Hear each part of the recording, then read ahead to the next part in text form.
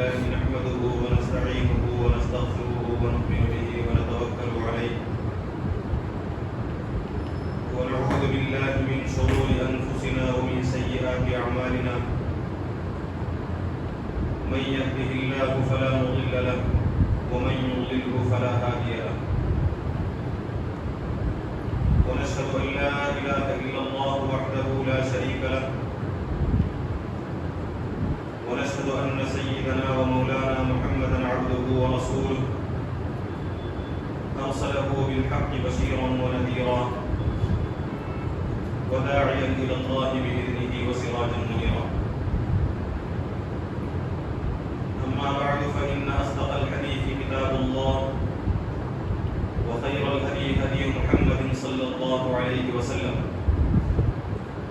وشر الأمور محدثاتها وكل محدثة بدعة وكل بدعة ضلالة وكل ضلالة في النار. أعوذ بالله من الشيطان الرجيم. بسم الله الرحمن الرحيم.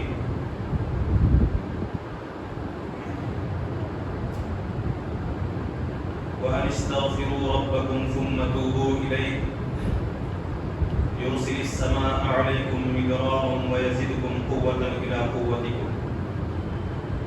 صدق الله العظيم. رب اشرح لي صدري ويسر لي أمري واحلل عقدة من لساني يفقهوا قولي. سبحانك لا علم لنا إلا ما علمتنا إنك أنت العليم الحكيم. قابل احترام معزز بزرگوں، عزیز نوجوان دوستوں اور بھائیوں،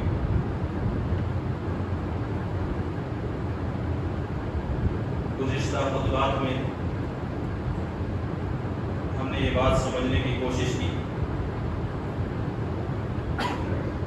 کہ مظلوموں کی نصرت اللہ تبارک و تعالیٰ کی دائمی سنت ہے، اور یہ بھی جانا کہ کن اعمال اور کمزوریوں کی وجہ سے امت اللہ تعالیٰ کی نصرت سے محروم ہوتی ہے، اور قرآن مجید کی روشنی میں اور انبیاء علیہ السلام کی سیرت کی روشنی میں یہ بات بھی واضح کرنے کی کوشش کی گئی کہ اللہ تبارک و تعالیٰ کی مدد اور اس کی نصرت محض جذباتی دعاؤں سے یا پھر وقتی نعروں سے حاصل نہیں ہوتی،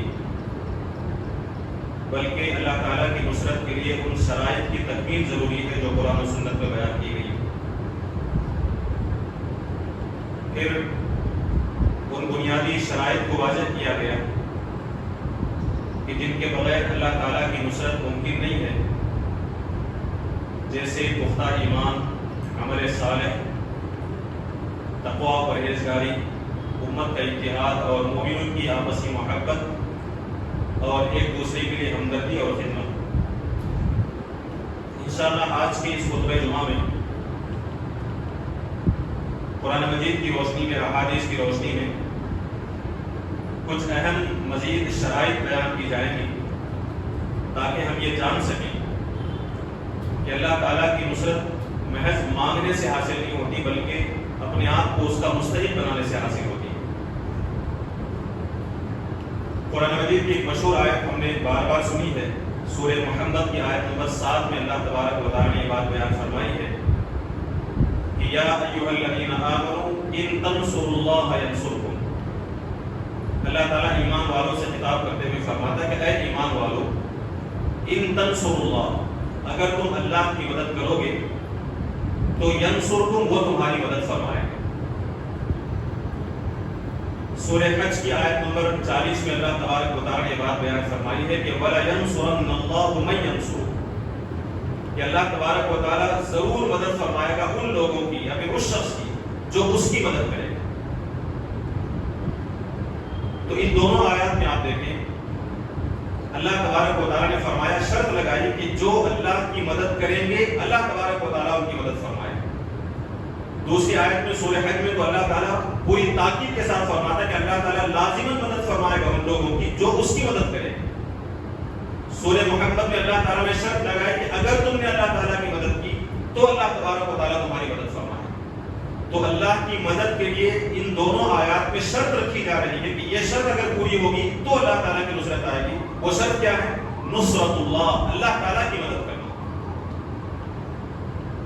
اس کو سامنے رکھ کر اللہ تبارک و تعالیٰ نے سورہ صف کی آخری آیت میں 14ویں آیت میں اللہ تبارک و تعالیٰ نے یہ بات بیان فرمایا، اے ایمان والو، یا ایھا الذین آمنوا، اے لوگوں جو ایمان لائے ہو، کونوا انصار اللہ، تم اللہ تعالیٰ کے مددگار بنو.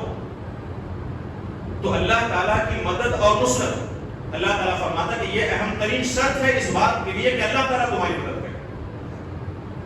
اللہ کی مدد سے کیا مراد ہے؟ اللہ کی مدد کا ایک مفہوم یہ ہے کہ اللہ کے دین کی مدد کی جائے، اللہ تعالیٰ کی دین کی حفاظت کی جائے، اس کے شعائر کی حفاظت کی جائے اور اللہ کے رسولوں کی مدد کی جائے. یہ اللہ تعالیٰ کی مدد ہے.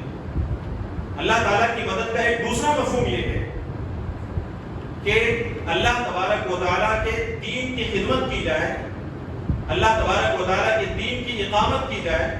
صرف دین پر عمل صالح پر اکتفا کرنے کے بجائے انسانیت کو خدا کے دین سے جوڑنے کی، خدا کے دین میں شامل کرنے کی کوشش کی جائے، خدا کی سرزمین میں خدا کے دین کو غالب کرنے کی کوشش کی جائے.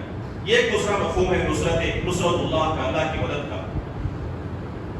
یہاں ایک سوال پیدا ہوتا ہے جب ہم یہ کہتے ہیں کہ اللہ تعالیٰ کی مدد کی جائے، تو سوال ہمارے ذہنوں میں پیدا ہوتا ہے کہ جب اللہ تبارک و تعالیٰ قادر مطلق ہے، اللہ تبارک و تعالیٰ ہر چیز سے، ساری مخلوق سے بے نیاز ہے، سارے بندے اس کے محتاج ہیں، اللہ تبارک و تعالیٰ کسی کا محتاج نہیں ہے، تو پھر بندے اللہ تعالیٰ کی مدد کیسے کر سکتے ہیں؟ یہ سوال پیدا ہوتا ہے.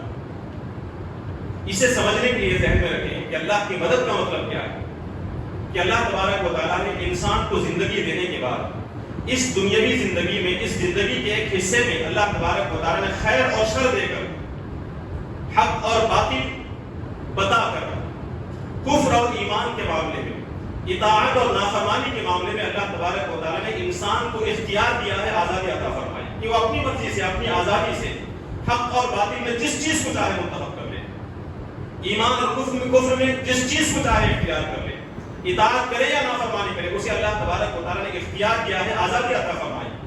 اس حصے زندگی میں اللہ تبارک و تعالیٰ اپنی طاقت کا استعمال کر کے، اپنی قوت کا استعمال کر کے جبراً کسی انسان کو مسلمان نہیں بناتا، جبراً کسی کو اپنا مطیع و فرمان بردار نہیں بناتا. حالانکہ اس کے پاس قوت ہے، اقتدار ہے، وہ چاہے تو تمام انسانوں کو اپنا مطیع و فرمان بردار بنا دے.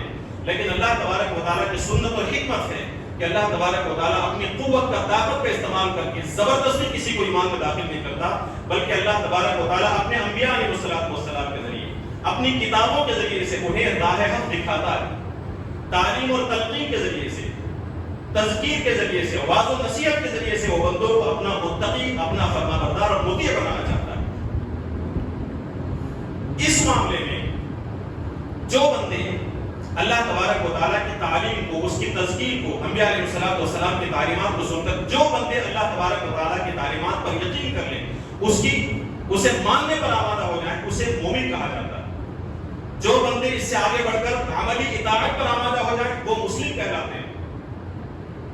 جو بندے اللہ تعالیٰ کی نافرمانی سے بچیں، خدا ترسی کا رویہ اختیار کریں تو وہ متقی ہو جاتے ہیں. اور جو بندے اس سے آگے بڑھ کر نیکی کے معاملے میں، خیر کے معاملے میں دوسروں سے سبقت لینے کی کوشش کرتے ہیں، انہیں قرآن مجید نے محسن کا لفظ دیا ہے. تو یہ اللہ کی باتوں کو سن کر، اس کی تعلیم سے، اس کی تذکیر اور تلقین سے متاثر ہو کر جو ایمان قبول کر لیں وہ مومن، جو اطاعت پر آمادہ ہو جائیں وہ عابد اور مسلم، جو پرہیزگاری کرنے لگے وہ متقی، جو نیکیوں میں سبقت کرے وہ محسن. اور جو بندے اس سے ایک قدم آگے بڑھ کر دلائل کے ذریعے سے نافرمان بندوں کو خدا کی طرف بلانے کی کوشش کرتے ہیں، آسمانی ہدایات کو سامنے رکھ کر تذکیر کے ذریعے، واعظ و نصیحت کے ذریعے سے دوسرے بندوں کو فسق و فجور سے بچا کر اللہ تعالیٰ کی غلامی میں لانے کی کوشش کرتے ہیں، دراصل وہ اللہ تبارک و تعالیٰ کا کام کر رہے ہیں. اللہ تبارک و تعالیٰ کا کام تھا کہ زبردستی لوگوں کو اپنے اندر شامل کرنے کے بجائے تعلیم کے ذریعے، حکمت کے ذریعے سے لوگوں کو دین میں شامل کرتا ہے.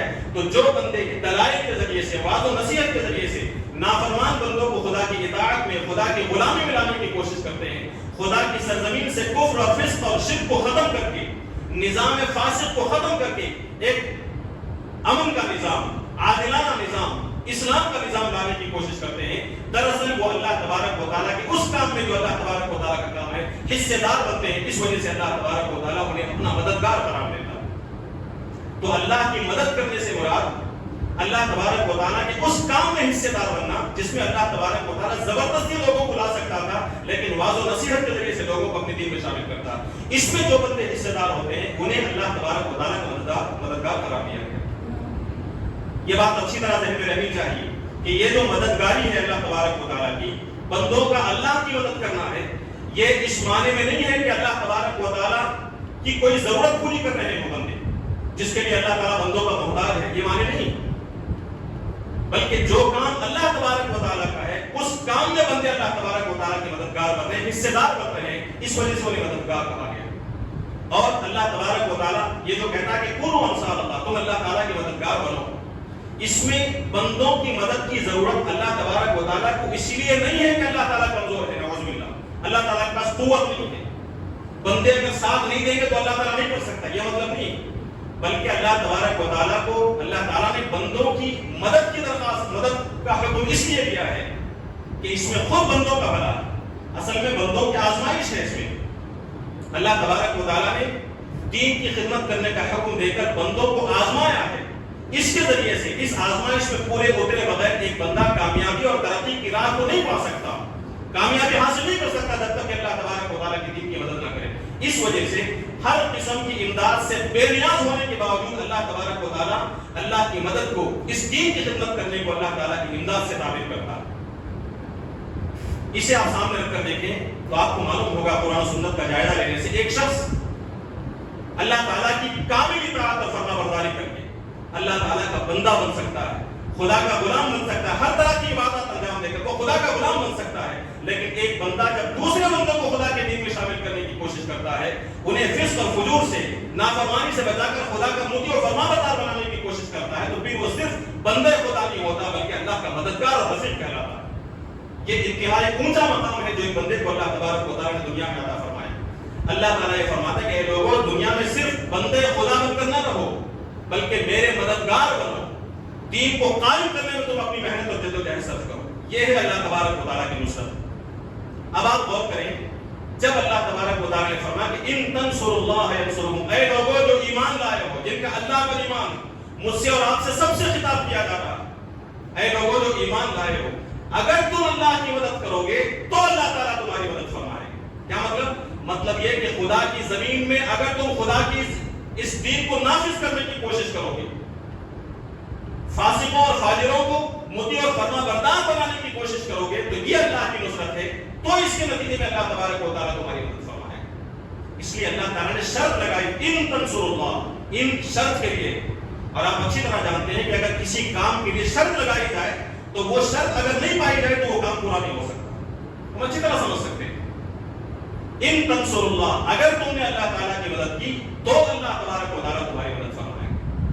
تو قرآن مجید میں آپ دیکھیں نبیوں کی مدد، رسولوں کی مدد کا بھی حکم دیا گیا، دین میں دین کی مدد کا بھی حکم دیا گیا. دین کی مدد کا مطلب بھی یہ ہے، رسولوں کی مدد کا مطلب یہ ہے کہ رسول دنیا کے اندر دین کو غالب کرنے کے لیے آتے ہیں.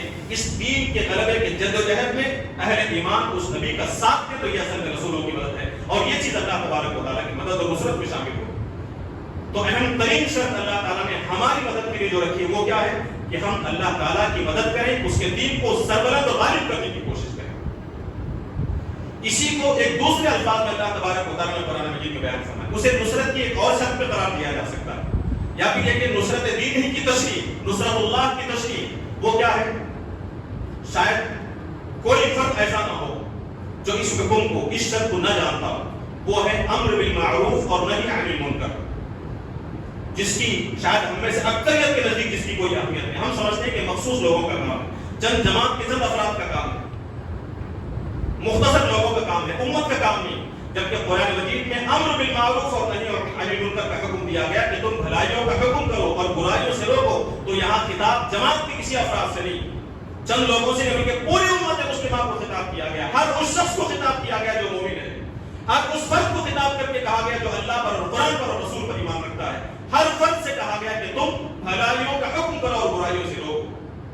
ایک جو آیت میں نے آپ کے سامنے پیش کی سورہ حج کی آیت، جس میں اللہ کی نصرت کی بات کہی گئی ہے، اس نصرت کی تشریح جو کی گئی ہے اگلی آیت میں اس پر آپ غور کریں. اللہ تعالیٰ فرماتا ہے وَلَا يَنْصُرَنَّ اللَّهُ، الفاظ پر غور کریں آپ ذرا. اللہ تبارک و تعالیٰ ضرور مدد فرمائے گا. کس کی؟ من ینصرہ جو اللہ کی مدد کریں گے، اللہ تعالیٰ ان کی مدد فرمائے گا۔ اللہ کی مدد کرنے والے کون ہیں؟ اس کی تشریح اگلی آیت میں اللہ تبارک و تعالیٰ فرماتا ہے الذین وہ لوگ ہیں کہ ان مکناہم فی الارض جنہیں ہم زمین میں غلبہ عطا کریں تو وہ کیا کرتے ہیں؟ اقاموا الصلاۃ وہ نماز قائم کرتے ہیں، وآتوا الزکاۃ زکات ادا کرتے ہیں، وامروا بالمعروف بھلائی کا حکم کرتے ہیں، ونہوا عن المنکر اور برائیوں سے روکتے ہیں۔ وہ ہیں اللہ تعالیٰ کی مدد کرنے والے۔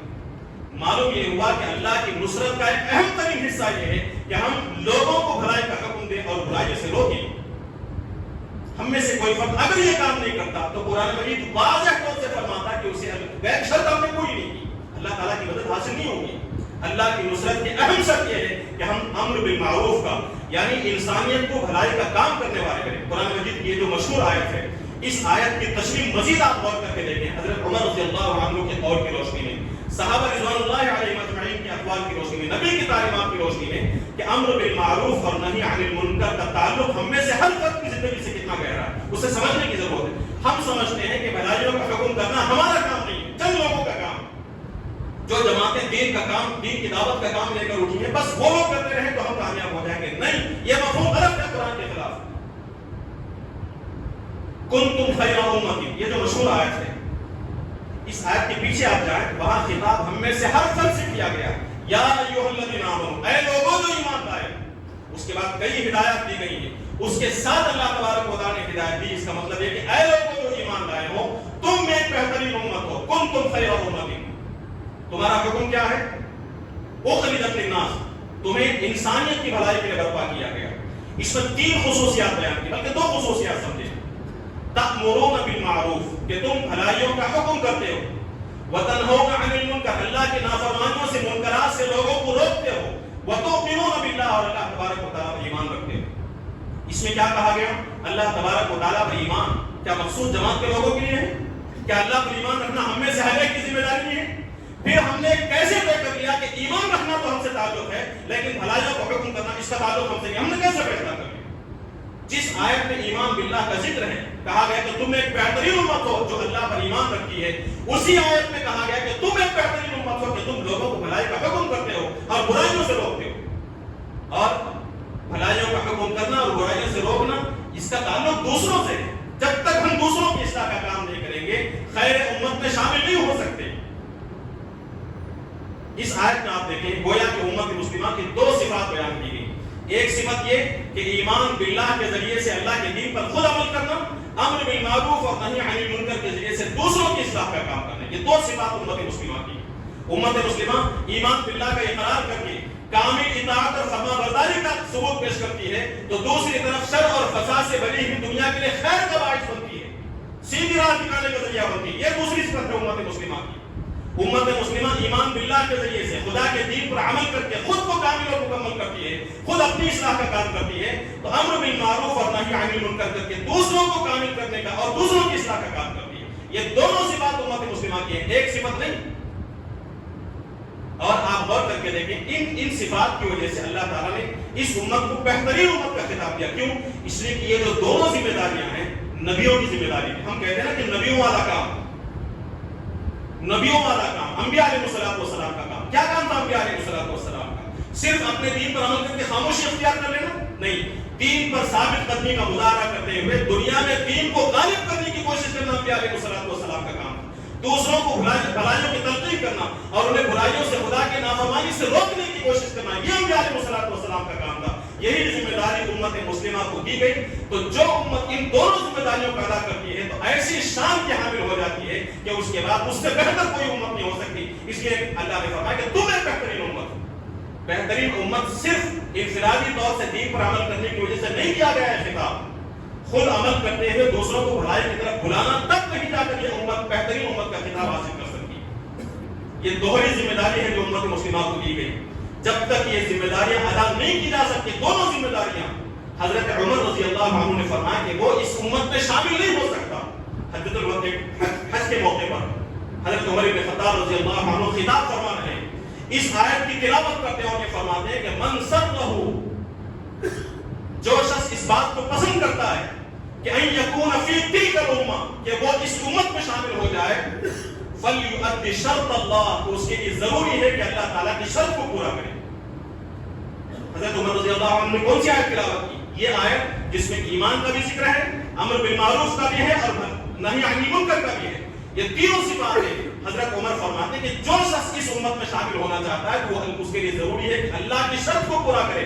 یعنی وہ یہ بتانا چاہتے ہیں کہ اللہ تعالیٰ کی شرائط کی آیت میں جو بیان کی گئی ہے وہ اللہ پر ایمان ہے اور بھلائیوں کا حکم کرنا ہے اور برائیوں سے روکنا. یہ ہے اللہ تعالیٰ کی شرط. جو ان شرائط کو پورا کرے گا وہ اس امت میں شامل ہونے کا مستحق ہوگا، وہ خیر امت میں ہوگا، ورنہ کوئی شخص خیر امت نہیں ہو سکتا. یہ بات حضرت عمر بن خطاب رضی اللہ عنہ نے فرمائی. نبی کریم صلی اللہ علیہ وسلم نے اسلام کی تشریح کی. اسلام کیا ہے؟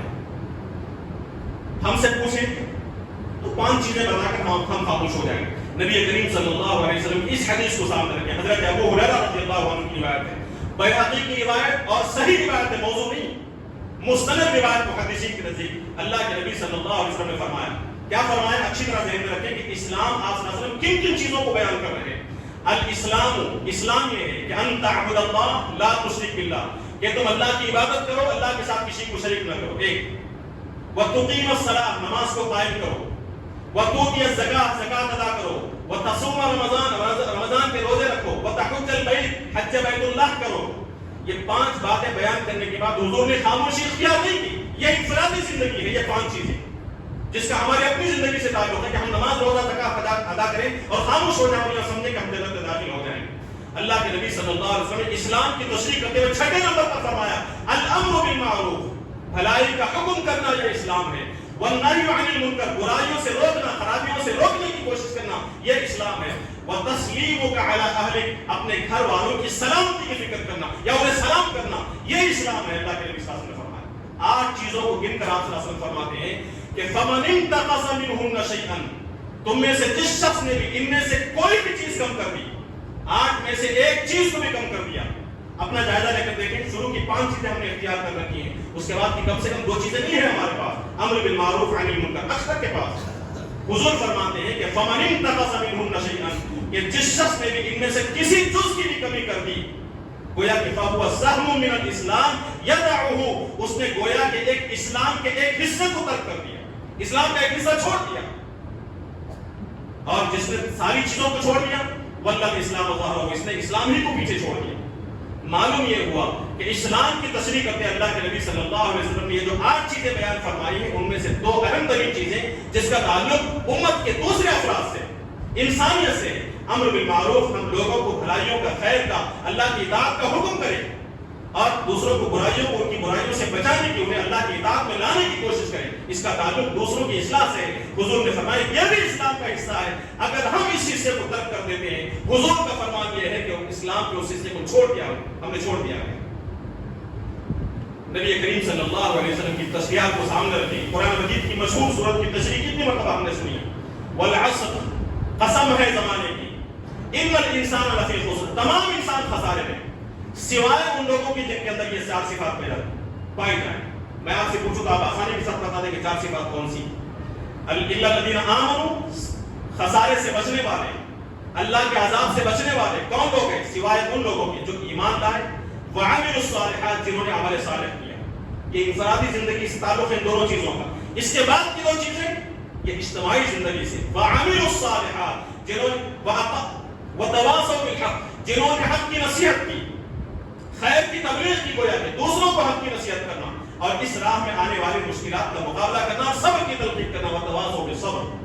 یہ 4 خصوصیات جن کے اندر ہوں گی وہ بچیں گے خسارے سے.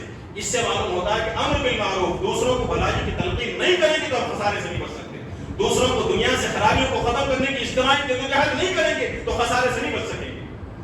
نبی کریم قرآن مجید کے اندر ایک آیت ہے، مشہور آیت، جس میں اللہ تبارک و تعالی نے فرمایا یا ایھا الذین آمنوا لا یضرکم من ضل اذا اهتدیتم، اے ایمان والو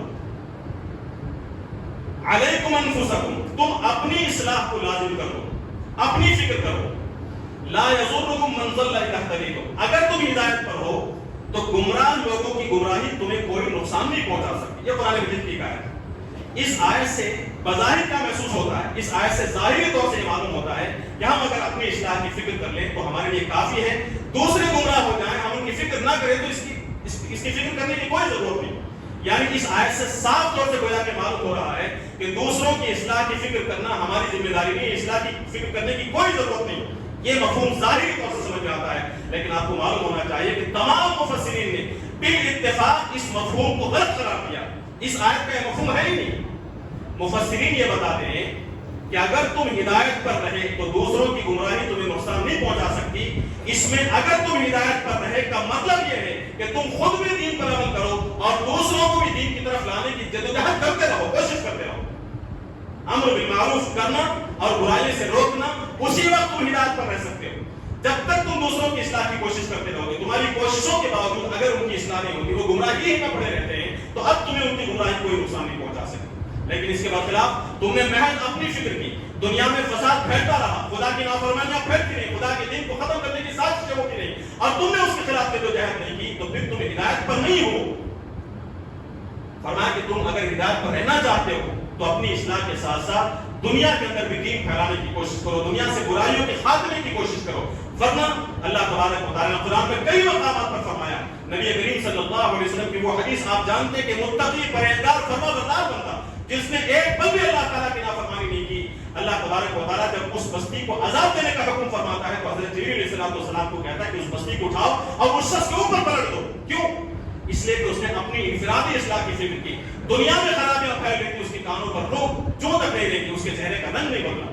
اس سے معلوم ہوتا ہے کہ خدا کے عذاب سے بچنے کے لیے، خدا کی نصرت کے لیے ضروری ہے کہ ہم اپنی اصلاح کے ساتھ ساتھ لوگوں کو بھی بھلائی کی طرف لانے کی کوشش کرتے رہیں۔ اللہ کے نبی صلی اللہ علیہ وسلم نے قسم کھا کر فرمایا، والذی نفسی بیدی، قسم ہے اس ذات کی جس کے قبضے میں میری جان، لتأمرن بالمعروف، تمہیں لازماً بھلائی کا حکم کرنا ہوگا، وَلَتَنْهَوْنَ عَنِ الْمُنْكَرِ، تمہیں لازماً برائیوں سے روکنا ہوگا، او اگر تم ایسا نہیں کرو گے تو لَيُوشِكَنَّ اللَّهُ أَن يَبْعَثَ عَلَيْكُمْ عِقَابًا مِّنْهُ، قریب ہے کہ اللہ تبارک و تعالیٰ اپنی طرف سے تم تمام لوگوں پر عذاب نازل کر دے گا، اللہ تعالیٰ کا غضب نازل ہوگا۔ تو اللہ تعالیٰ کا غضب کیوں آیا؟ اس لیے کہ امت نے بھلائی کا کام کرنا چھوڑ دیا، امت نے امر بالمعروف کا کام ایک جماعت تک، ایک تو جماعتوں تک محدود کر دیا، اور یہ سمجھ لیا کہ وہ لوگ کچھ کرتے رہے کافی ہے، ہم اپنی زندگی میں، اپنی نمازوں میں، اپنے بزنس میں بزنس رہیں، بیوی بچوں کے اندر مصروف رہیں، اللہ تعالیٰ کی مدد آ جائے گی۔ نہیں، قرآن مجید اس کا انکار کرتا ہے اور یہ کہتا ہے کہ جو قوم جب امت بھلائیوں کا کام کرنا چھوڑ دے گی تو اللہ تعالیٰ کی رحمت سے محروم ہو جائے گی، اللہ کی نصرت سے محروم ہو جائے گی۔ قرآن نے واضح طور سے فرمایا کہ امر بالمعروف کی ذمہ داری، نہی عن المنکر کی ذمہ داری امت کے صرف چند لوگوں کی نہیں ہے بلکہ امت کے تمام افراد کی ذمہ داری، اور اللہ کی مدد اور نصرت انہی لوگوں پر آئے گی جو اس ذمہ داری کو ادا کریں گے۔ اصحاب السبت کا واقعہ ہم نے سنا، پورے واقعے کو آپ پڑھ جائیے، یہود کا جو ایک قبیلہ تھا اسے اللہ تبارک و تعالیٰ نے عذاب میں مبتلا کیا تو وہاں اللہ نے فرمایا کہ ہم نے کچھ لوگوں کو بچایا، انجینا، ہم نے بچایا کسے؟ کن لوگوں کو بچایا؟ عذاب سے، مصیبت سے۔ ہم جس عذاب اور مصیبت میں بچے، مصیبت میں پھنسے ہوئے، اس سے نجات کب مل سکتی ہے وہ اس سے معلوم ہوتا ہے۔ انجینا الذین ینہون عن السوء، فرمایا ہم نے ان لوگوں کو عذاب سے بچایا جو لوگوں کو برائیوں سے، گناہوں سے روک رہے تھے۔ ہم برائیوں سے روکنے کا کام کریں گے تب کہیں جا کر امت اللہ تعالیٰ کی رحمت اور مدد کی مستحق ہو سکتی ہے۔ دو تین شرطیں آپ کے سامنے زیادہ سے زیادہ 5-7 منٹ کے اندر کہہ کر اپنی گفتگو کو ختم کروں گا، جبکہ اس کی تفصیل کی ضرورت ہے، لیکن چونکہ کئی خطبات اس پر ہو گئے، میں تفصیل کے بجائے مختصر میں آپ کے سامنے ان باتوں پر ختم کروں گا۔ ایک اور شرط نصرت کی اللہ تبارک و تعالیٰ کے دین پر استقامت ہے۔ اللہ تعالیٰ کا جو دین دیا گیا ہے، اللہ کی طرف سے حکم یہ ہے کہ اس پر جمے رہو۔ دین پر عمل صرف اس وقت نہیں کرنا ہے جب کوئی پریشانی ہو، دین پر عمل کرنے میں خوب آسانیاں ہیں تو ہم عمل کریں، کچھ دشواریاں رکاوٹیں پیش آ جائیں تو ہم دین کو ترک کر دیں، اس کی اجازت نہیں ہے۔ دین پر استقامت یعنی اللہ تبارک و تعالیٰ کے دین کو قبول کرنے کے بعد، ان الذین قالوا ربنا اللہ، بلا شبہ جن لوگوں نے کہا کہ ہمارا رب اللہ ہے، ثم استقاموا، پھر اس پر جم گئے، تتنزل علیہم الملائکہ، ان پر اللہ تعالیٰ کی نصرت آئے گی، فرشتے نازل ہوں گے، کہیں گے کہ دنیا میں بھی ہم تمہارے ساتھی ہیں، آخرت میں بھی ہم تمہارے ساتھی ہیں۔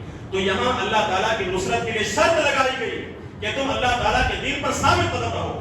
دین پر ثابت قدم رہنے کا مطلب یہ کہ چاہے جیسے حالات آ جائیں، چاہے جتنی مشکلات آ جائیں، ہم اللہ تعالیٰ کے دین کو چھوڑ کر پیچھے نہیں ہٹیں گے۔